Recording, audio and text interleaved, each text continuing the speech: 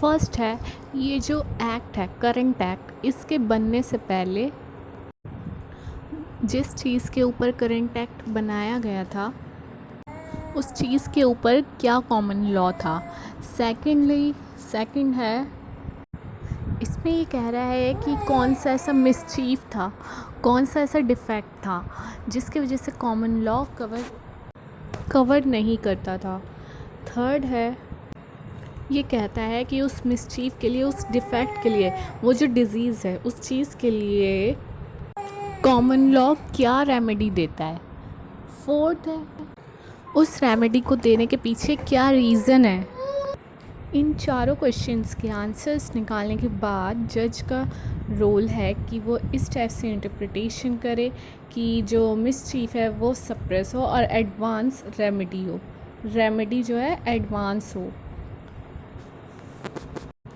Mischief rule का object ही यही है, to suppress the mischief and advance the remedy. एक केस था स्मिथ वर्सेस ह्यूज, जिसमें कि स्ट्रीट ऑफेंस एक्ट 1959 के सेक्शन 1 के सब क्लोज 1 में ये प्रिवेंशन दिया गया है कि कोई भी जो प्रोस्टिट्यूट होती है वो किसी राह चलते इंसान को अट्रैक्ट नहीं करेगी। अगर ऐसा होता है तो ये एक ऑफेंस माना जाएगा। तो इस केस में ये था कि एक जो प्रोस्टिट्यूट थी वो बालकनी की अपनी विंडो से सड़क पे चलते लोगों को अट्रैक्ट कर रही थी। इसमें ये जो दिया गया है स्ट्रीट ऑफेंस एक्ट, इसमें क्या कहा है कि जो कि सड़क पर कोई प्रोस्टिट्यूट अट्रैक्ट नहीं करेगी सड़क पर आने जाने वाले लोगों को। लेकिन इस केस में क्या हुआ था कि वो अपनी बालकनी की विंडो से अट्रैक्ट कर रही थी लोगों को प्रोस्टिट्यूशन के लिए।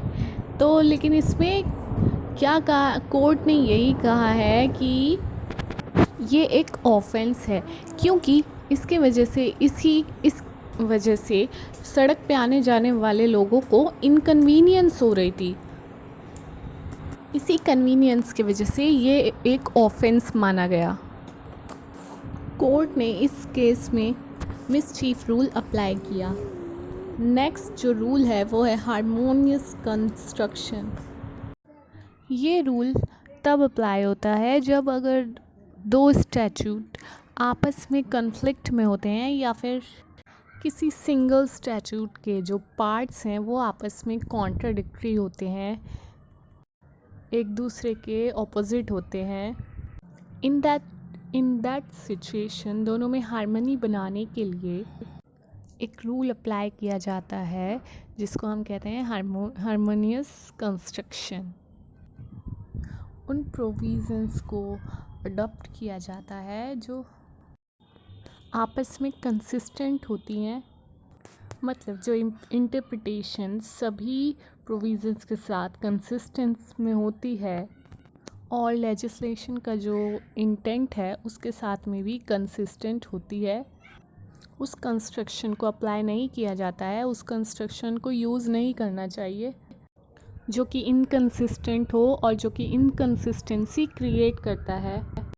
और स्टैट्यूट को एज अ होल उसके कंसिस्टेंट में प्रोविज़न को हार्मोनाइज किया जाता है according to the rule of harmonious construction. तो चलिए इसके कुछ फीचर्स को हम डिस्कस कर लेते हैं। इसका पहला फीचर ये है कि इसका गोल होना चाहिए to make the law consistent and whole and consistent law इसको बनाना चाहिए, ये इसका पहला गोल होना चाहिए। मतलब कि जो पूरा एक्ट है उसको कंसिस्टेंसी के साथ हार्मोनाइज करना, ये इसका गोल होना चाहिए। इसका सेकंड फीचर है कि दो या दो से ज़्यादा स्टैट्यूट हार्मोनाइज किए जा सकते हैं इस एक्ट के थ्रू, इस रूल के थ्रू। इसका थर्ड फीचर ये है कि एक जो स्टैट्यूट का प्रोविज़न है वो किसी दूसरे स्टैट्यूट को डिफीट नहीं कर सकता। ये इसका थर्ड फीचर है। इसका फोर्थ फीचर ये है कि इंटरप्रिटेशन आप इस तरीके से कर रहे हैं कि जो स्टैट्यूट का एक पार्ट है उसको आपने रिड्यूस ही कर दिया, इस तरह से इंटरप्रेट किया कि उसमें कुछ रहा ही नहीं। तो इसको आप ऐसे नहीं कह सकते हैं कि हार्मनी आपने यहाँ पर सेट कर दी है, इसको हार्मोनाइज कर दिया है, यहाँ पर ऐसा नहीं कहा जाएगा। तो चलिए केस को हम डिस्कस कर लेते हैं। हमारे इंडियन कॉन्स्टिट्यूशन में 2 आर्टिकल ऐसे हैं जो आपस में कॉन्ट्राडिक्टरी हैं। जैसे कि आर्टिकल 368 में पार्लियामेंट को जो सही लगता है वो उस हिसाब से कॉन्स्टिट्यूशन में अमेंडमेंट कर सकती है। बट आर्टिकल 13 क्लोज 2 में ये कहा गया है कि जो ये पार्लियामेंट है ये फंडामेंटल राइट्स में कुछ अमेंड नहीं कर सकती है। तो इसमें कौन सा आर्टिकल ज़्यादा इफ़ेक्टिव है, इस चीज़ के लिए कोर्ट ने rule of harmonious construction apply किया।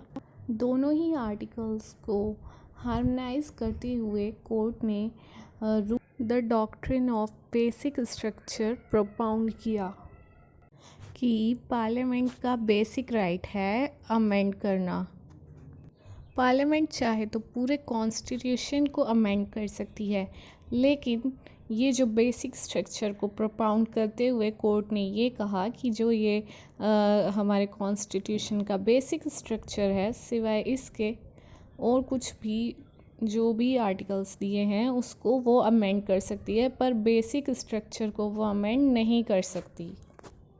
तो इस तरह ये जो केस है Kesavananda Bharati versus state of Kerala 1973 के केस में द बेसिक स्ट्रक्चर प्रोपाउंड किया गया और इन दोनों आर्टिकल्स को हार्मोनाइज किया गया। प्राइमरी रूल का लास्ट रूल है एडजस्टम जनरस। इसका मतलब होता है ऑफ द सेम काइंड। जब हम इस रूल को अप्लाई करते हैं तो उस टाइम पर इंटरप्रिटेशन करते टाइम हम जो कैटेगरी में चीज़ें दी गई हैं वो उसी टाइप की हम नेक्स्ट चीज़ जो है फाइंड आउट करते हैं, उसी कैटेगरी की, सेम काइंड की सिमिलर चीज़ कोई हम नेक्स्ट चीज़ फाइंड आउट करते हैं जो कि उससे सिमिलर हो, जो कैटेगरी में दिया गया है उसके सिमिलर हो। सो गाइज़ आज की वीडियो में इतना ही, और बाकी का जो इसके सेकेंडरी रूल्स हैं वो हम नेक्स्ट वीडियो में कवर करेंगे।